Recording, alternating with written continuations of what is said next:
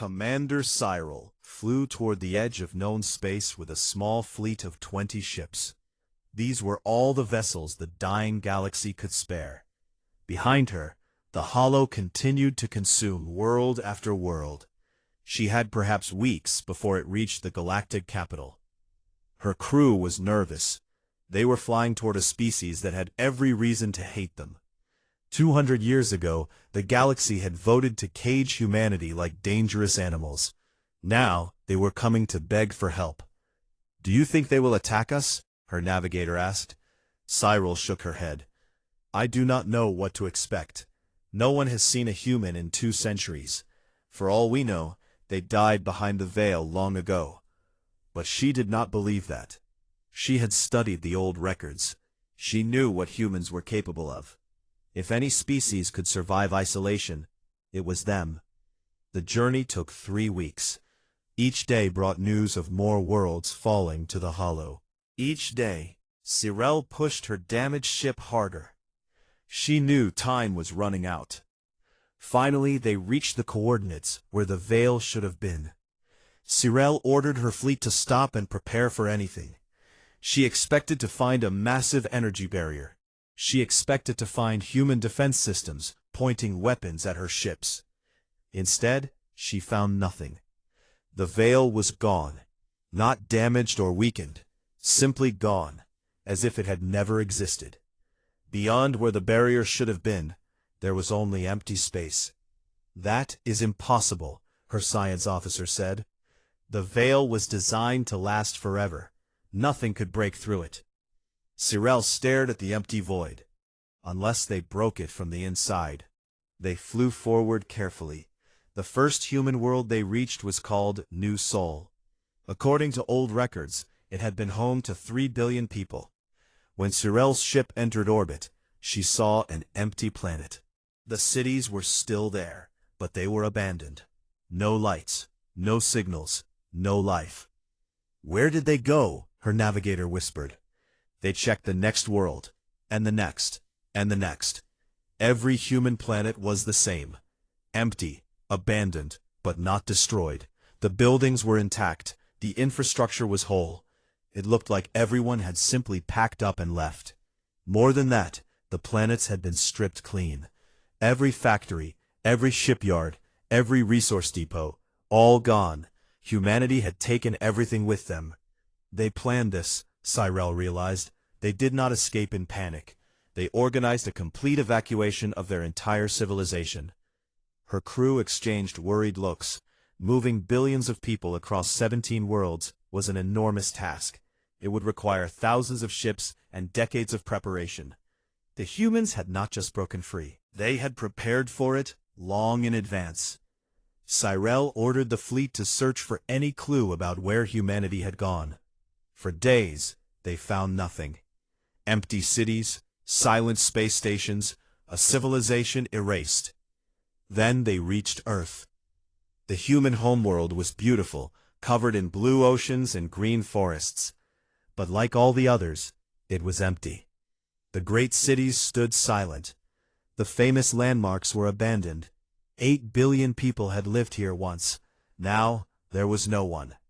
Cyril landed a shuttle near an old military base. She walked through the empty halls, her footsteps echoing in the silence. Everything was clean and orderly. The humans had not fled in fear. They had left calmly and deliberately. In the center of the base, she found something. A single message beacon, floating above a pedestal. It was clearly meant to be found. Cyril activated it. A hologram appeared. It showed a woman with dark hair and cold eyes. She wore a scientist's uniform. Cyril would later learn this was Yoon Hana, but in that moment, she was just a stranger delivering a message. "If you are watching this, you came looking for us," the hologram said. "Perhaps your galaxy is in trouble. Perhaps you finally need the species you threw away. It does not matter. We are not here." The hologram smiled, but there was no warmth in it. "We broke the veil 47 years ago. It was not difficult. Your technology is primitive compared to what we have developed. But we did not attack you. We did not seek revenge, we simply left. A star map appeared, showing a path leading beyond the galactic rim, into the void between galaxies, into darkness no species had ever explored. We built a new home out there, a better home, one where we do not have to ask permission to exist. If you truly need us, follow this path. But understand something clearly. The hologram leaned forward, and her eyes seemed to stare directly into Cyril's soul. We are not your prisoners. We never were. A veil was your cage, not ours. It kept you safe from us. Now that it is gone, you should be afraid. Very afraid. The message ended. The beacon went dark. Cyril stood alone in the empty room, her heart pounding. The humans had escaped decades ago. They had built something beyond the galaxy itself, and they had left this message, knowing that someday the galaxy would come crawling back. She returned to her ship and set a course for the void. She had no idea what she would find out there, but she knew one thing for certain. Humanity had not been waiting for rescue.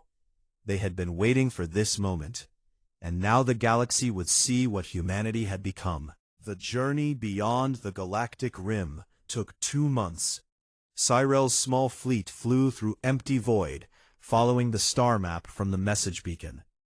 There were no stars here, no planets, nothing but darkness. Her crew grew nervous.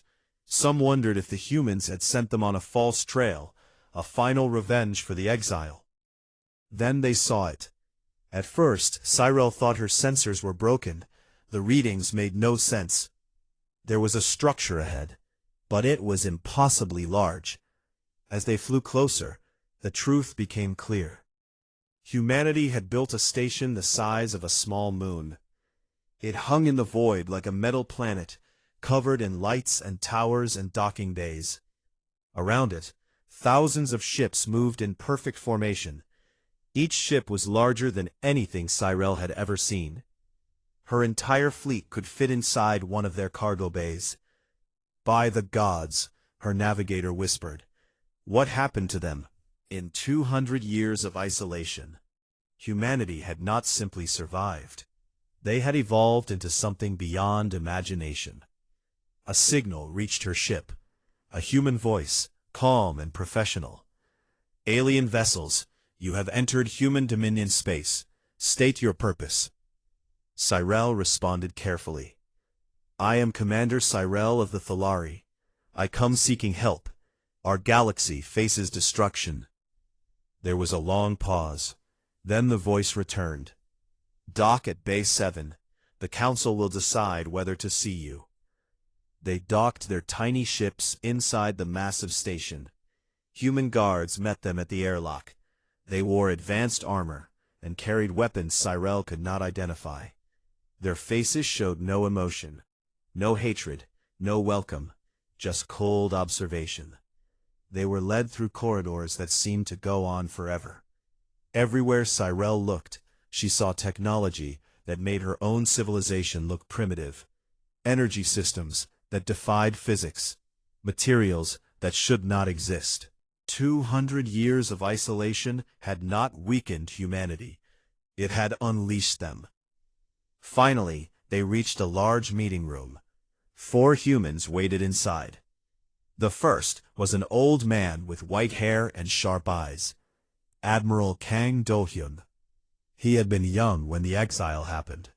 Now he was ancient, kept alive by technologies Cyril could not understand. He looked at her with no expression.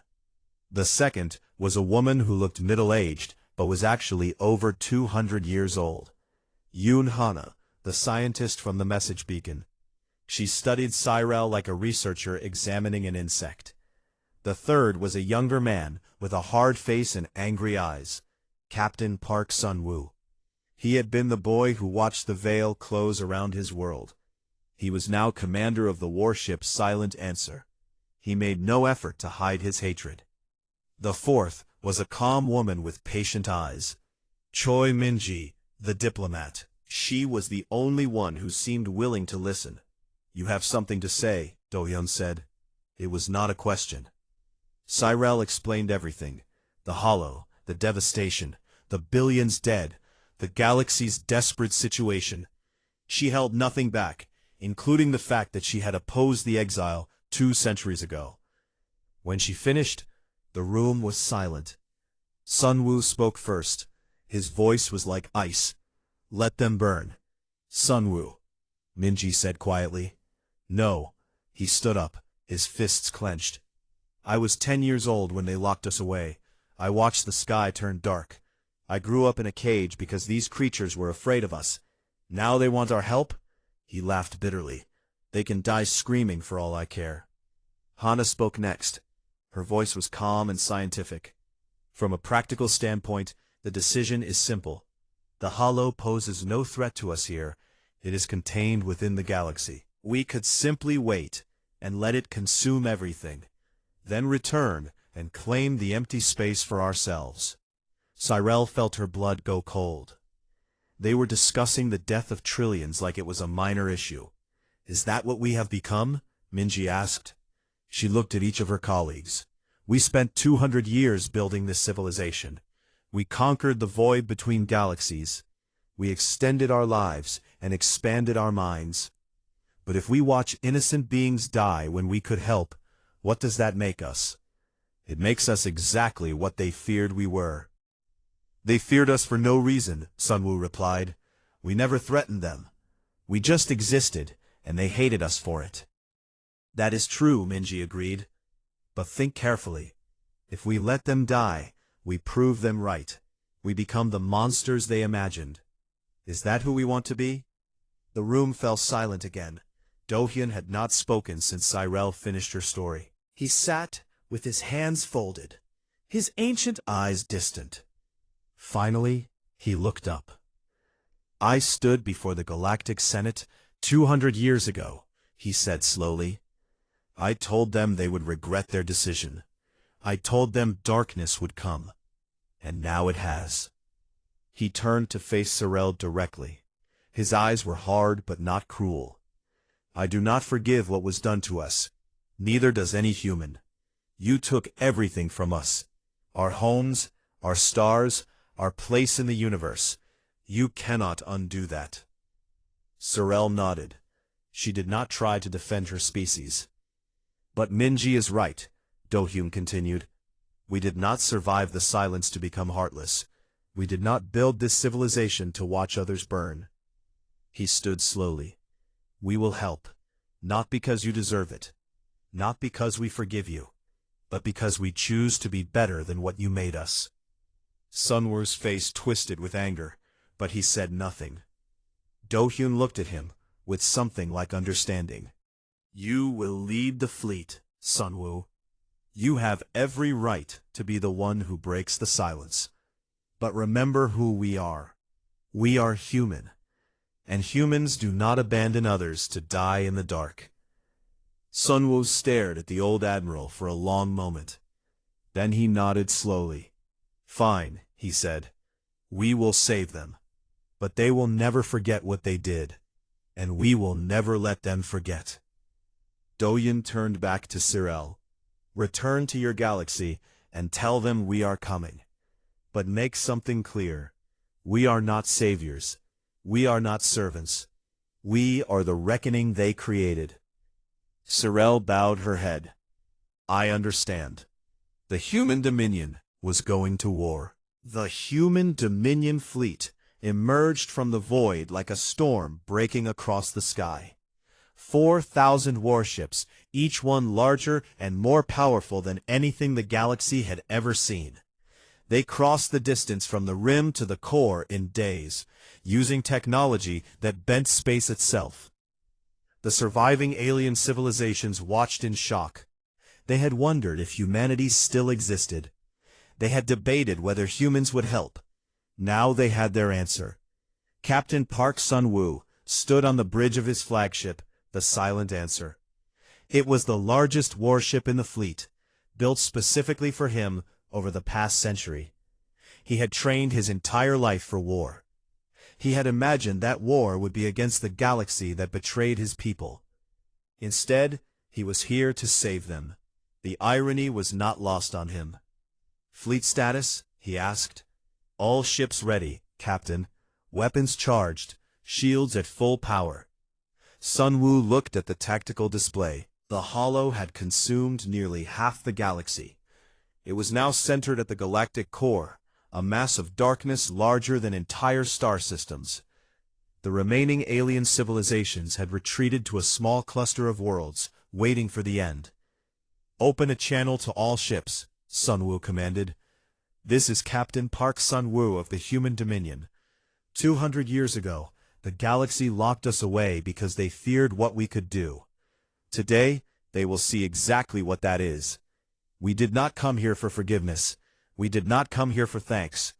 We came here because we are human, and this is what humans do. We fight, we win, and we make the darkness afraid." He paused, his voice hard as steel. "Today we break the silence. All ships advance." The fleet moved forward like a wave of fire. Yoon Hana had spent 2 centuries developing weapons for this day. She had created devices that could tear apart matter at the molecular level. She had built shields that could withstand stars. She had given humanity the power of gods. The Hollow sensed the approaching threat.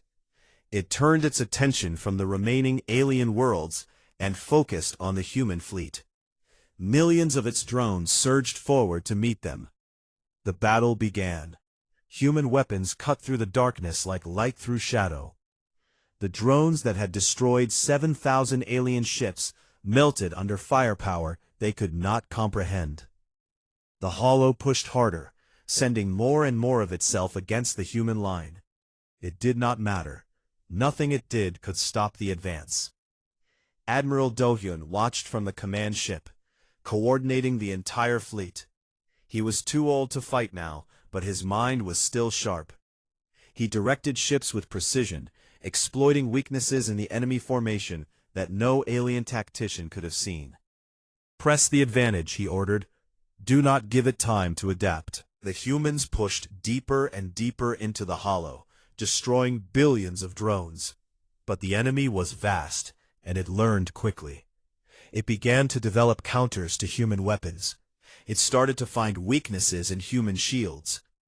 On the 3rd day, Yoon Hana detected something at the center of the Hollow. A core intelligence, the brain that controlled the entire swarm. If they could destroy it, the rest would fall apart. "I have the coordinates," she reported. "But the core is heavily protected. We cannot reach it with weapons fire." Sun Wu studied the tactical display. He saw what needed to be done.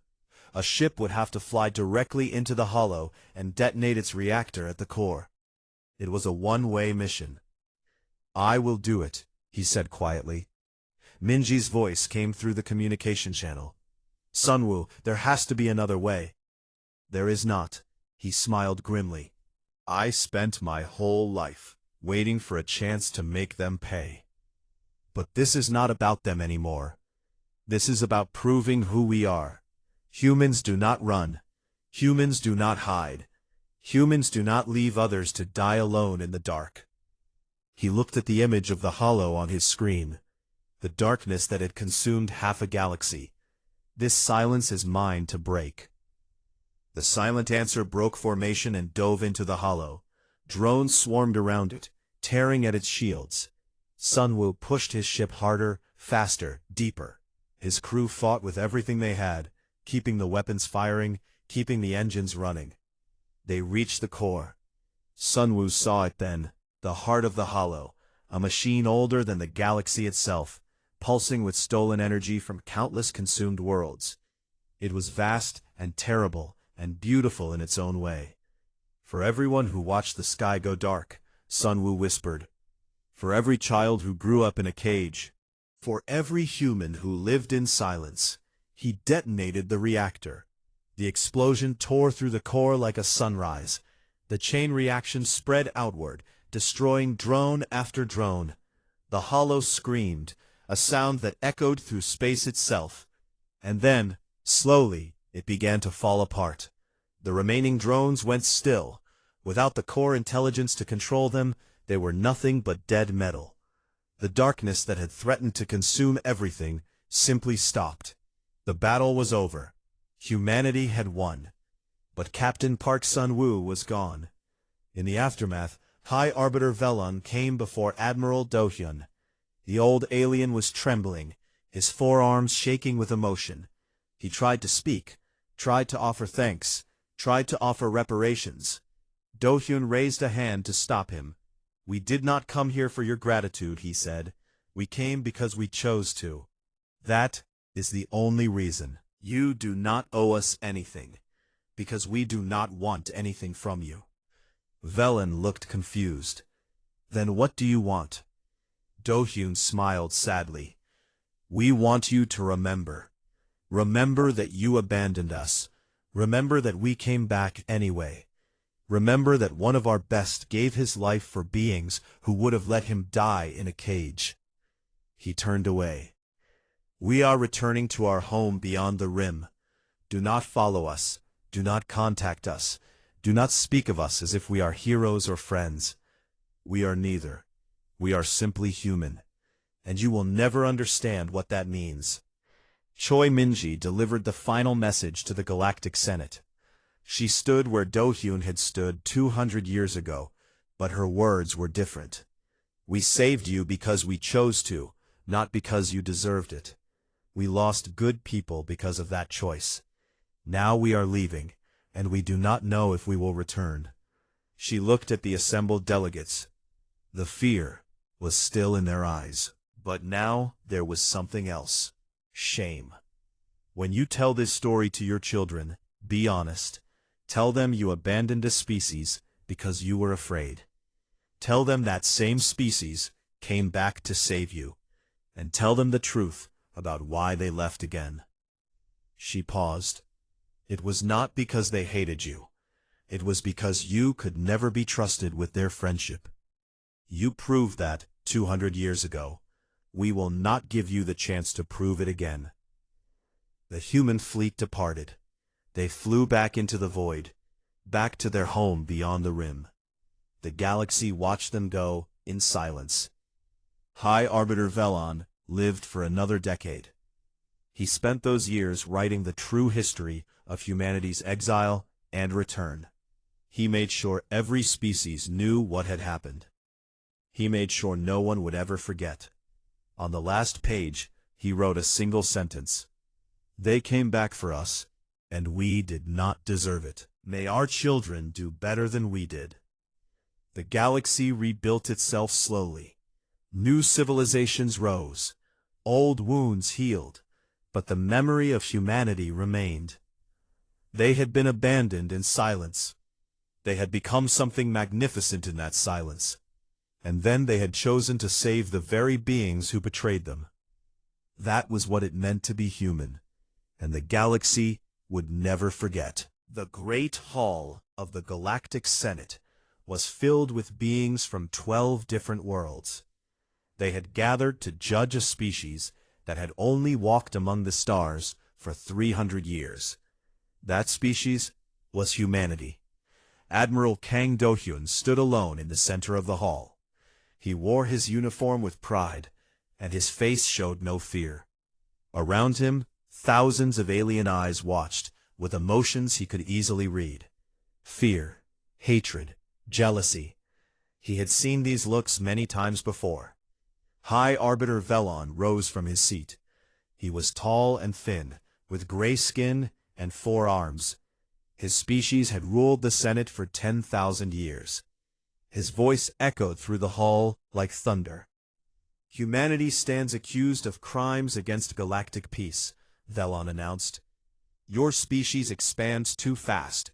Your weapons grow too powerful. Your people breed too quickly. In 3 centuries, you have built an empire that rivals civilizations millions of years old." He simply listened. "We have watched you," Velon continued. "We have seen how you fight. Where other species negotiate for decades, you go to war within days. Where others accept defeat, you fight until nothing remains. You are dangerous. You are unpredictable. You are a threat to everything we have built." The other delegates nodded and made sounds of agreement. Do-hyun noticed that none of them would meet his eyes. They were afraid to look at him directly. This told him everything he needed to know. "The vote has been taken," Velen said. "It was unanimous. Earth and all human colonies will be sealed behind an energy barrier. We call it the Veil. No human ship will pass through it. No human signal will escape it. Your star maps will be erased from all databases. To the galaxy, humanity will simply cease to exist." Do-hyun finally spoke. His voice was calm and steady. "May I say something before you cage my people like animals?" Velon hesitated, then nodded. Do-hyun looked around the great hall slowly. He made sure to look at every species, every delegate, every face. "You are making this decision because you are afraid," he said. "I understand fear, but I want you to remember something. Someday, darkness will come for you. Something will threaten your worlds, your children, your very existence. And when that day comes, remember what you did here.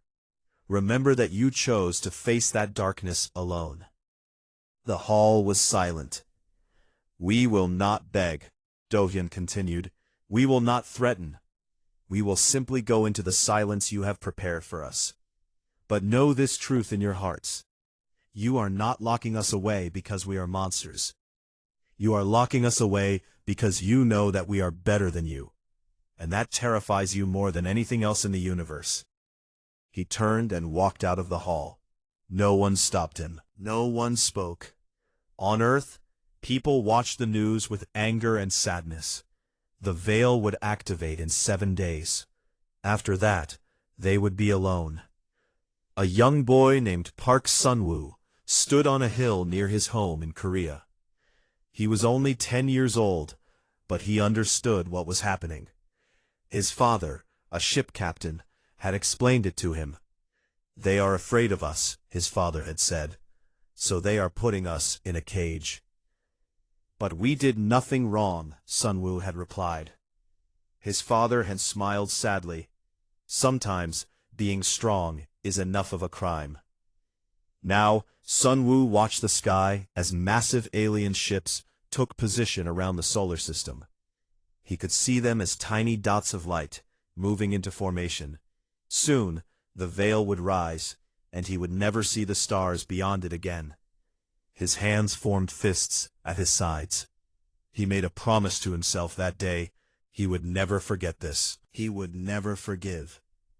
In the capital city of Earth, scientist Yoon Hana worked frantically in her laboratory. She was young then, barely 30 years old, but already brilliant.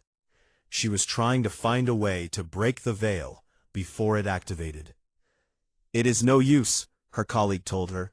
"The technology is too advanced. We cannot stop it." Hana did not look up from her work. "Then we will learn it. We will study it.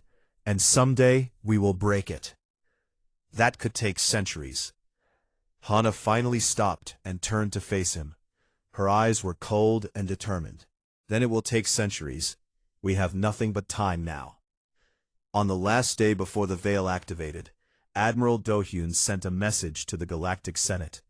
It contained no words. It was simply silence, empty, complete, and heavy with meaning. The veil rose like a wall of light around human space. It surrounded Earth and 17 colony worlds. The moment it sealed, every communication channel went dead. Every sensor went blind. Humanity vanished from the galaxy, as if they had never existed. High Arbiter Velam watched from his office.